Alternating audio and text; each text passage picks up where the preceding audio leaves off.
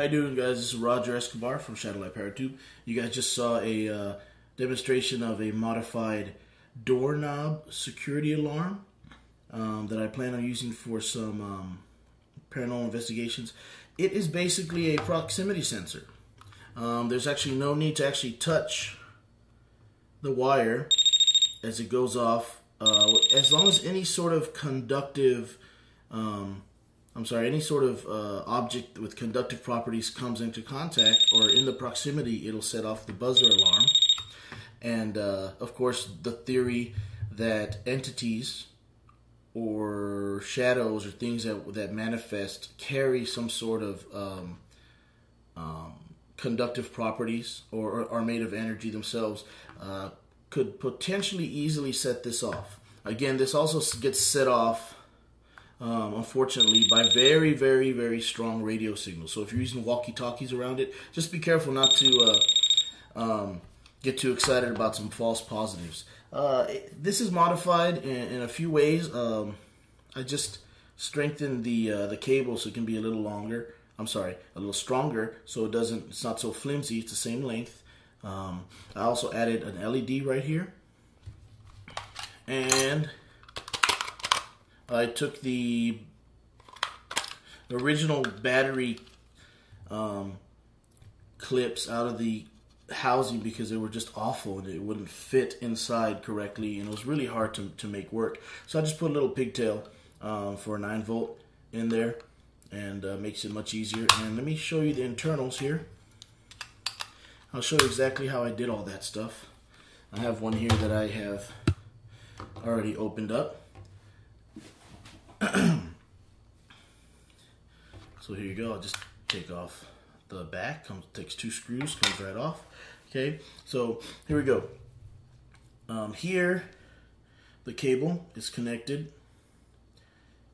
right here, and somewhere along the lines connected to the proximity sensor. It's just a closed circuit that again senses proximity. Anything with conductive properties. I just put some shrink tubing right here, just to keep it sturdy, so this would stick up more like an antenna. That's all I wanted to do there. Also, you can see I added this LED. Okay, I took a flat file and just kind of filed out a notch, very similar to this one, but on this side, so I can get the pins of the LED to just sit inside.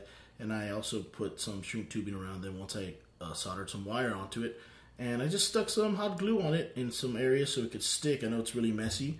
Hopefully in the future I'll make some that are a little cleaner. And I just piggybacked onto the leads to the speaker, which are right here. Here's a negative and here's the positive, and you see the other cables on the bottom here that run straight to the speaker.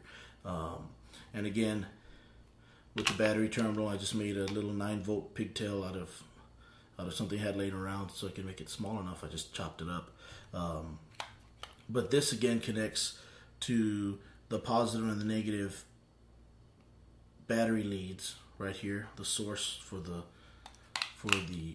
power here.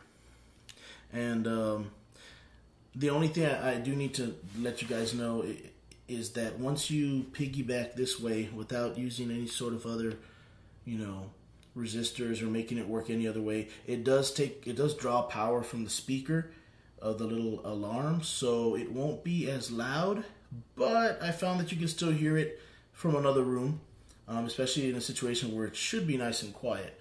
Okay, and also I noticed that on the other one that I modified, it did affect the pitch. So just know that it's not a, for sure 100% that it does not affect the device. It will affect the performance of the device a little bit, but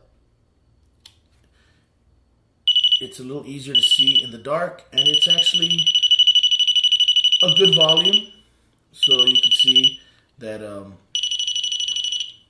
I think it would be very effective based on the theory that, again, an entity or fluctuations in energy could potentially trigger this, much like a Mel K2 RAM or a REM pod, or any of those sorts of other specific ghost hunting paranormal equipment. And so that's my modification to this little device. I got these on eBay for, I don't know, I bought two for like $12. I only found one seller in the US. I'll try to put the link in the description below. They are out of stock if you guys wanted to do this. But there are a lot of Chinese vendors, which I guess are, you know, they have a lot of good feedback. So if you want to try that, I won't. I'll wait till the US seller has some in stock. Well, anyways, that is my simple modification of a proximity sensor for the use in paranormal investigation. Some homemade tools that you guys can use at home, and they're super cheap and inexpensive, and we'll see if they work out. Alright guys, thanks for watching.